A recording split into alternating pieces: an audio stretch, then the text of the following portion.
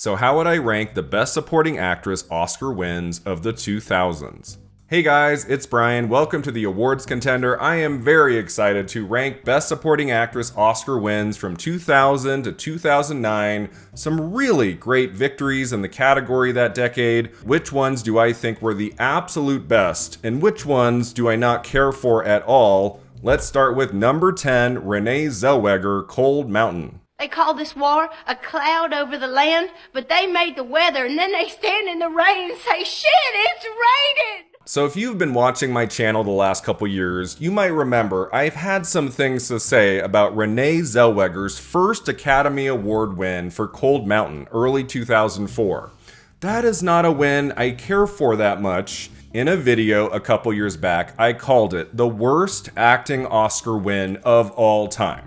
Was I being hyperbolic there? Maybe a little bit. Is it really the worst one? Like, I don't know, maybe not. But in the modern era, in the last 30 years, I really hate that win. It felt in every way like a makeup Oscar for Zellweger not winning the year before in Best Actress for Chicago, which would have been a great win, of course. She is amazing in Chicago. It might be my favorite Renee Zellweger performance. And then the year after that, she's in a supporting role in Cold Mountain, which is a very Oscar-baity film from Miramax, comes out at the end of the year. And she just steamrolled that season. She swept from the Globes to the Oscars. Everybody was like, it's Zellweger's time, just give it to her. And it just felt kind of a womp womp. It just was so dull and obvious, and I didn't think she did anything that interesting in Cold Mountain. I found her character kind of nails on a chalkboard.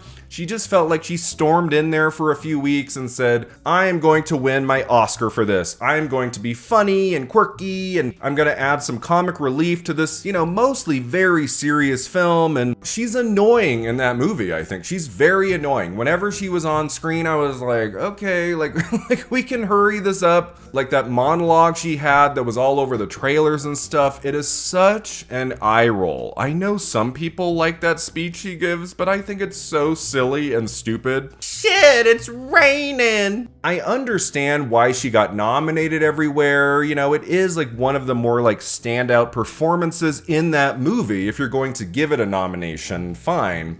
But did she have to win everything? No. That did not need to happen just because she was overdue, was on her third Oscar nomination in 3 years, and so everyone just said, okay, give it to Renee and move on. The reaction to her victory in the room that night is very muted. There's just a little bit of clapping. Nobody is excited for this moment. And then you had the Harvey Weinstein of it all, behind the scenes, I'm sure, getting everybody to vote for Renee and promoting her up the wazoo and industry events and Q&As, and it just, I don't know.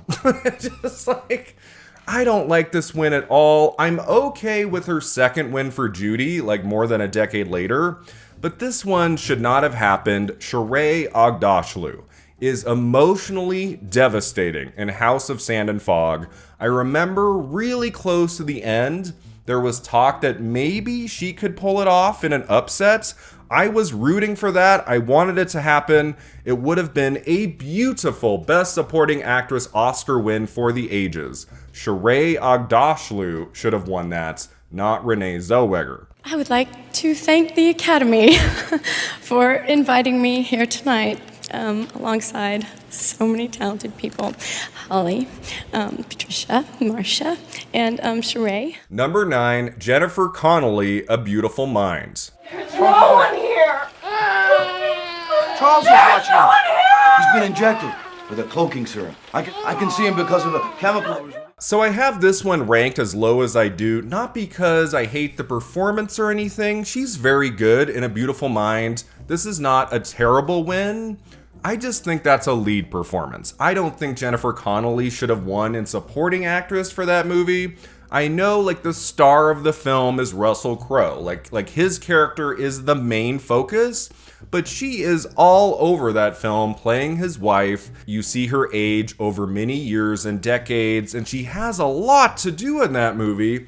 It just feels unfair to me to put that in supporting. I was so happy at SAG that they put her in lead actress, not supporting actress. They did the right thing there. Now, she didn't win at SAG. She won at the Globes. She won at the Oscars in supporting. So if she wanted to win the trophy that year, I guess it made sense to put her in supporting when there wasn't much competition. I get it. But it just seems like she's in way too much of that movie to be in this category. Something that also hurts her a little bit. I made a few months ago a list of the worst Oscar speeches of all time. I forgot about Connolly's dreadful speech. She just stands there and just reads off a piece of paper, no emotion, like doesn't really look out at the audience. She just reads off a paper and then like polite applause as she steps aside and walks off stage. This speech from Connolly is also like really boring and uninteresting, and not to say that the speech itself should factor into my ranking, I guess, but you know, that did play a part in my thinking of like, well, Connolly, she's in the wrong category. Her speech is a mess. I would say it's not very good, even though her performance is strong, and I love Jennifer Connelly. I'm happy she has an Oscar. I mean, that's a good thing. Like, I couldn't rank this any higher than 9. For Best Supporting Actress at the Oscars that year, my vote would have gone to Marissa Tomei for In the Bedroom. I know she had already won before in the 90s for My Cousin Vinny, but I think In the Bedroom is an extraordinary film, such great performances in that, from Sissy Spacek and Tom Wilkinson, and from Marissa Tomei, who I'm so thrilled got in at the Oscars in Supporting Actress. I think Marissa Tomei should have won Supporting Actress that year at the Oscars, not Jennifer Connelly. Thanks to my dearest ones who give me love and support, Risa Shapiro, Carrie Ross, my family and friends. Number 8, Rachel Weisz, The Constant Gardener. Tried to protect me. Very feebly. No, you weren't feeble. I just... Anyway, it was a very dumb lecture. So I don't know how you feel about this. I think the most forgettable Oscar win in this category of the 2000s is Rachel Weisz. When I was putting the list together in my head a few hours ago, I got to 9 very quickly. And I had to take a moment. I'm like, wait, who am I forgetting? And it was like a good 30 seconds. I was going through, 2005, Rachel Weisz. That's right, Rachel Weisz, The Constant Gardener. That win was kind of weird too, in that The Constant Gardener, I would say, underperformed that award season. It didn't get into picture, director, actor for Ralph Fiennes, really. And then Rachel Weisz was just looked at, I guess, as the best part of that film. She gets to win the Oscar over some really wonderful performances like Amy Adams in Junebug and Michelle Williams in Brokeback Mountain. Those two performances didn't really factor in much in terms of wins that award season. It was only a Critics' Choice where both Adams and Williams shared Best Supporting Actress in a tie. You also had Thandaway Newton win Best Supporting Actress at BAFTA for Crash. She was not nominated at the Oscars. So at Golden Globes, SAG, and at the Academy Awards, you had Rachel Weisz win for The Constant Gardener. And I saw that movie once. It was solid. She's very good in it. This is not a bad win. And I like that Weisz has an Oscar. She's been so great in so many movies. I love her in About a Boy, The Mummy, The Lobster, The Favorite, right? Hello, which she did get an Oscar nomination for. The Constant Gardener, okay, fine. I'm not gonna hate on that win. She's very solid in that. It's a good dramatic performance. She's got some notable scenes. But in terms of Best Supporting Actress Oscar wins so far this century, this is one of the least memorable, I would say. And because Amy Adams has never won, she's never gotten an Oscar trophy after all of these decades. Same thing with Michelle Williams, right? Michelle Williams has 5 nominations, Adams has 6. Neither one has taken it. I would have preferred one of those two to have won over Rachel Weisz for 2005. I think Williams for Brokeback Mountain would have been an inspired Oscar win. That would have been really great. But my pick in the category that year would have been Amy Adams for Junebug. They're greater men and women than I, but thank you so much. Thank you. Number 7, Cate Blanchett, The Aviator.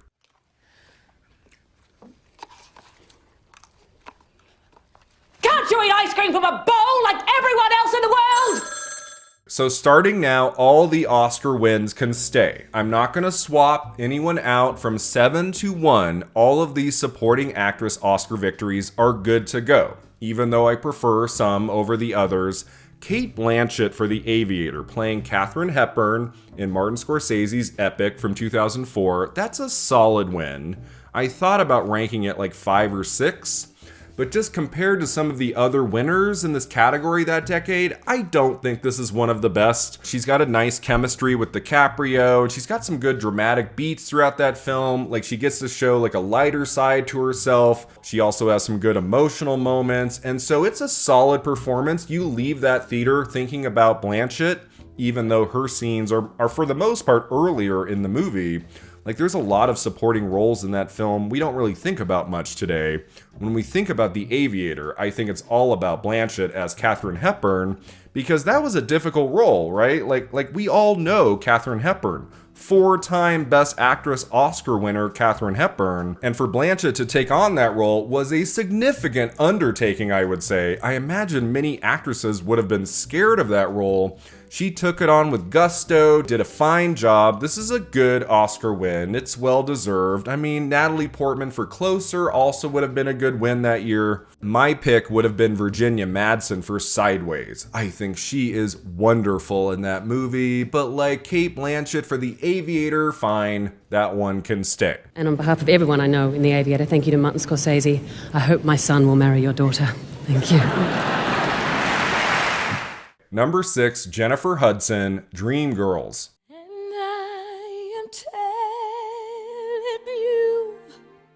I still remember seeing this movie opening weekend with my mom. And we get to Jennifer Hudson's number. What is it, like halfway through the movie? And I am telling you, I'm not going. I mean, talk about a showstopper. I mean, my entire theater burst into applause. And that never happens really, like in a movie theater when the artist is not there. I mean, maybe like 10 times in my life, like an audience has erupted into applause, like just watching a film in a local theater. It happened at the end of that number for Dreamgirls. When that happened, I said she's winning the Oscar. I was like, she's gonna win the Oscar for this movie. It's happening, like 100%. I remember, like in December. And so when she won at the Golden Globes and at SAG and then at the Oscars, I was like, yep. like sometimes there is a scene in a movie where the win at the Academy Awards is suddenly undeniable. And that was the case in 2006 for Jennifer Hudson in Dreamgirls. She's very good throughout the movie. She's got other fine moments. But it's that song, it is that number that completely took our breath away, right? We were just like, what? Oh my God. And I think that was the last scene she shot for the movie. It was like her go for broke moment. Director Bill Condon had kept pushing it and pushing it. He wanted it to be the last thing she would do for the film. And that was the right call. If that had been her first day on set, I don't think the number would have had the emotional power and resonance it does. So you might be asking yourself, why is this ranked at number 6? Why isn't it like 4 or 3 or 2 or something? Even though I very much like this win and I adore her performance in that movie, in some ways, I feel like she won the Oscar for Dreamgirls just because of that scene and not really anything else. Whereas the top 5 people I'm talking about in this ranking video, they won their Oscars for multiple scenes, multiple moments, I would say. Hudson, it's really that like 5-minute scene in the movie. And that's all right, that's okay. Jennifer Hudson, that was always happening. There was zero suspense, even though there were some other wonderful performances in the category that year. Hudson just had that, like basically after she won at the Globes, it was over. Like she was gonna win the Oscar for that film. She's got that one extraordinary moment, and it's a great one, but is this one of the best wins in the category of the decade? I don't think so. Oh my God, I have to just take this moment in. I cannot believe this. Look what God can do. Number 5, Penelope Cruz, Vicky Cristina, Barcelona. Do you know how much we love you? Yeah. And I love you both. No, you don't. Yes, no, I do. You don't. It has nothing to do with that. It has nothing to do with I just can't. Now here was a pretty inspired win, I would say, for Best Supporting Actress. Vicky Cristina, Barcelona is a great film. I really enjoyed that in the summer of 2008. And when we got to award season, it looked like Penelope Cruz had a pretty good shot. She is so fiery and memorable in that film. Like, she just like comes in there and takes all eyes off of everyone else, including Javier Bardem and Scarlett Johansson.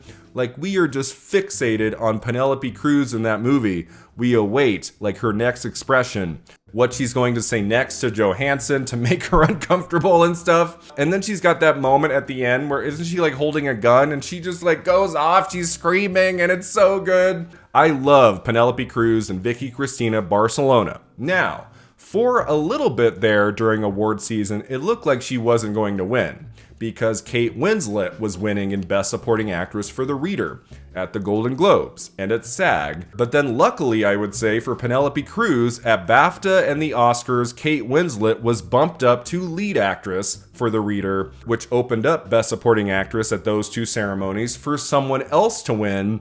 So it's almost like she was in second place at the Globes and at SAG, but like she couldn't beat Winslet. But once Winslet was out of the category, then Penelope Cruz could finally win for that amazing performance she gives in Woody Allen's film. Again, this is such a great win for supporting actress because it very much is a supporting performance. She's not a part of like the first third or so. She comes in later in the movie and just completely knocks you out, right? You're just like, whoa, like, we had seen Penelope Cruz be good before, like in Volver, of course, which got her a Best Actress Oscar nomination, and she's been nominated since. But that win, I would say, for Vicky Cristina Barcelona is a great one. I'm happy to include it in my top 5. It's not going to be 45 seconds.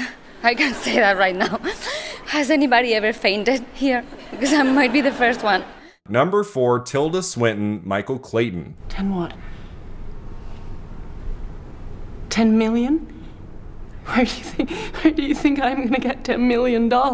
So now we get to a couple surprises. I love me a surprise at the Oscars. When it's just like set in stone months out, we know exactly who's winning, like in supporting actress at the Globes and SAG and the Oscars. That is so deadly dull, right? That's so boring. I hate that.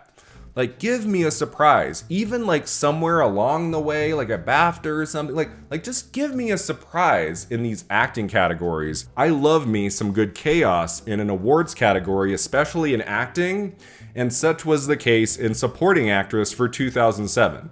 That was one of those rare years where like someone new was winning at every ceremony.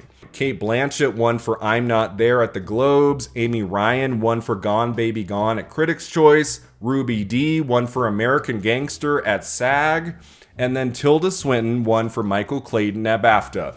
So we didn't know. We were like, who's going to win this? It was Tilda Swinton who won the Oscar that night. So well deserved. That was a fascinating Best Supporting Actress race. I'm so happy I got to make a video about it. If you haven't seen it, I go into detail about everything that went down in Supporting Actress that year. Tilda Swinton, I do think almost 20 years later, was the rightful winner that night. I think that was the right call. Ruby Dee has that one great scene in American Gangster. You had Cate Blanchett playing a version of Bob Dylan and I'm Not There. Like, there were other worthy winners to be sure, but I think Tilda Swinton is phenomenal in Michael Clayton. That is like a really good, slightly interior performance. She's not shouting to the rooftops. She's not crying from scene to scene.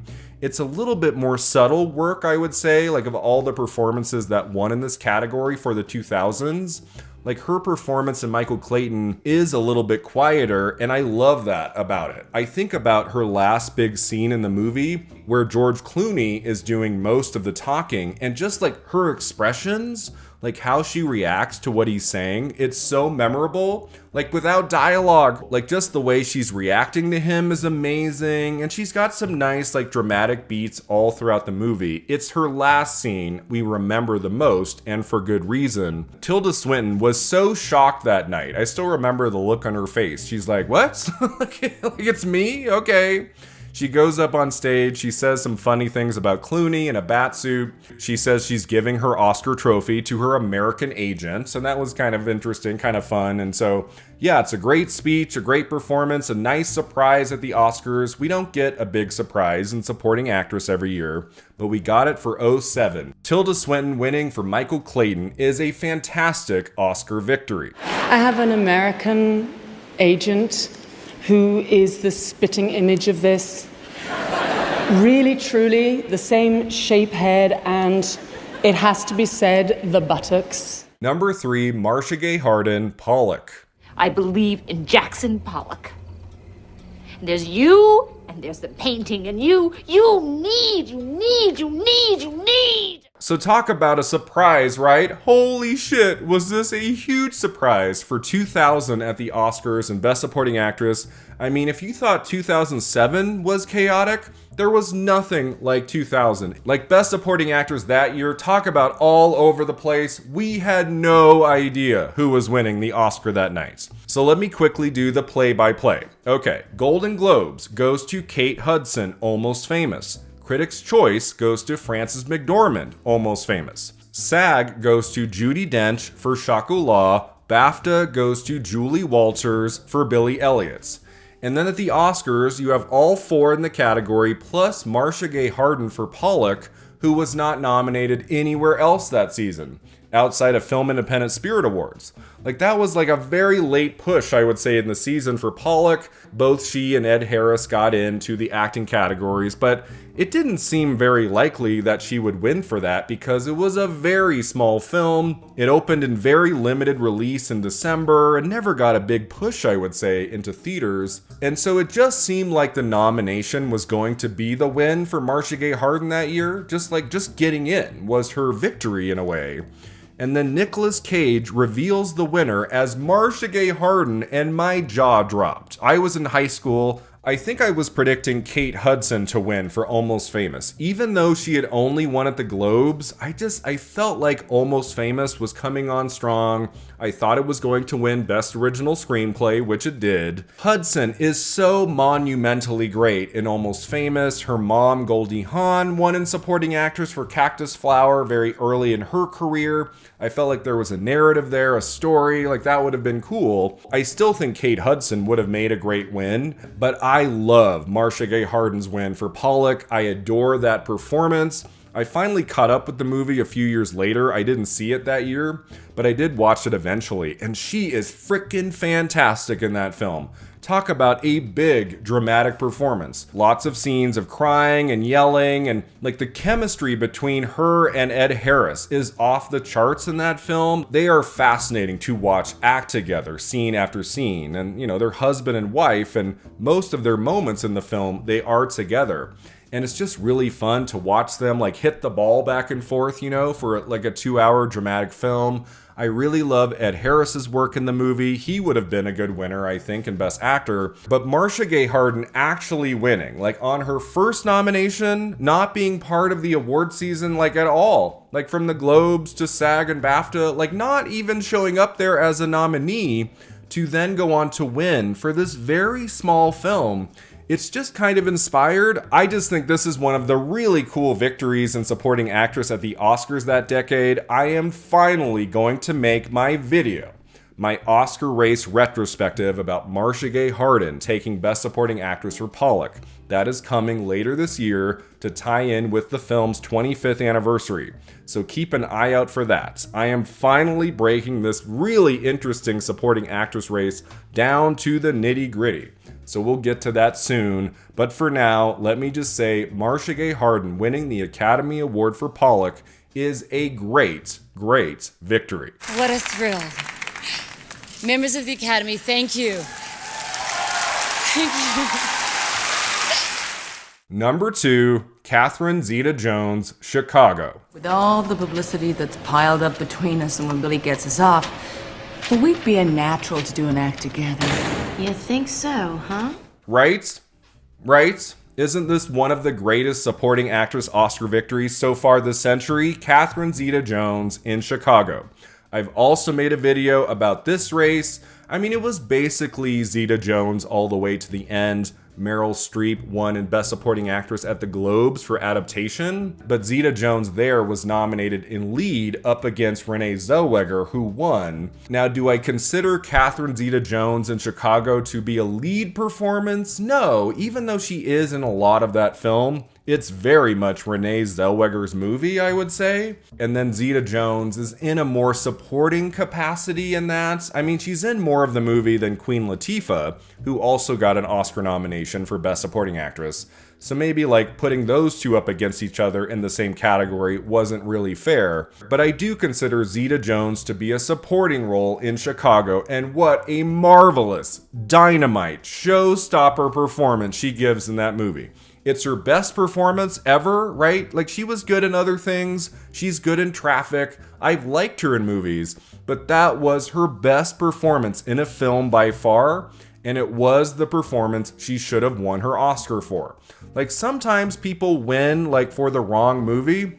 Renee Zellweger, Cold Mountain, right? Like, speaking of Chicago, like, it's freaking crazy, I would say, that Renee Zellweger loses Best Actress for Chicago, but then wins her Oscar trophy for Cold Mountain.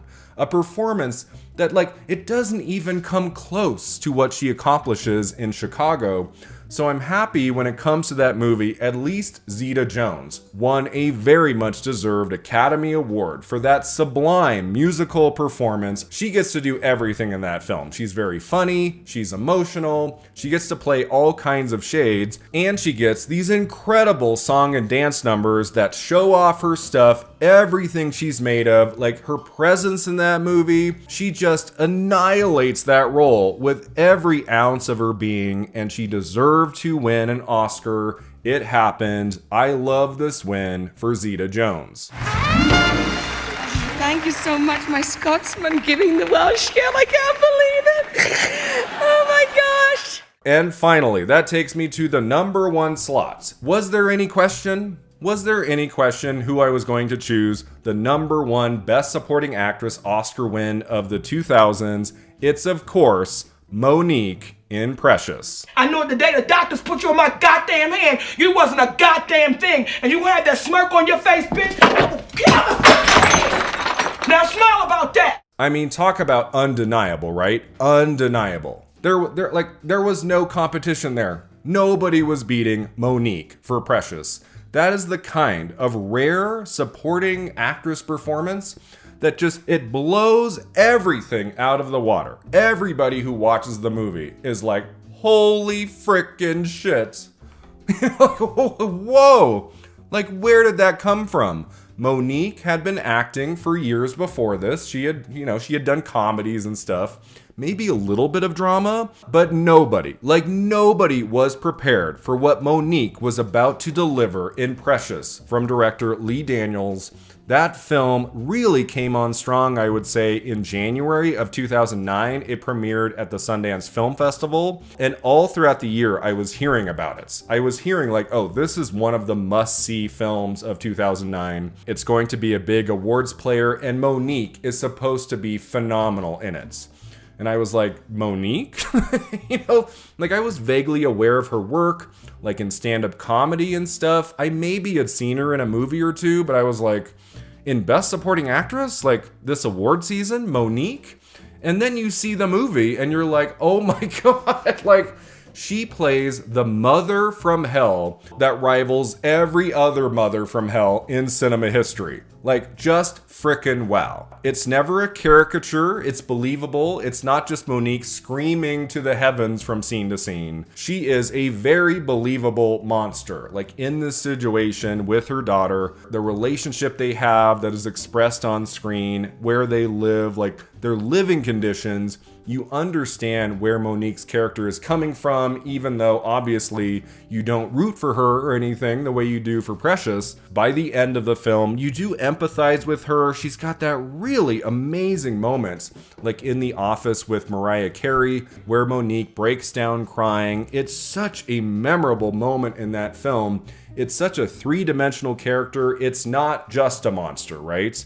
You understand where she's coming from. You understand where that pain and anguish and rage come from. And I do think in the hands of like a more accomplished dramatic actress, the performance might not have been as strong. It might have been too calculated or something. There is a freshness to Monique's approach to the character. It feels very in the moment, and you cannot look away. This is an extraordinary performance for the ages. She was always winning the Oscar for that. Like, you look at the category, there's some wonderful performances there, but nobody was beating Monique that year. There might not have been much suspense, I guess. You know, it was one of the more predictable Oscar wins in this category of the decade, but it's still an all-timer. One of the great movie performances, I would say, so far this century. Monique in Precious. That is the #1 Best Supporting Actress Oscar win of the 2000s. And baby, you were so right. God bless us all.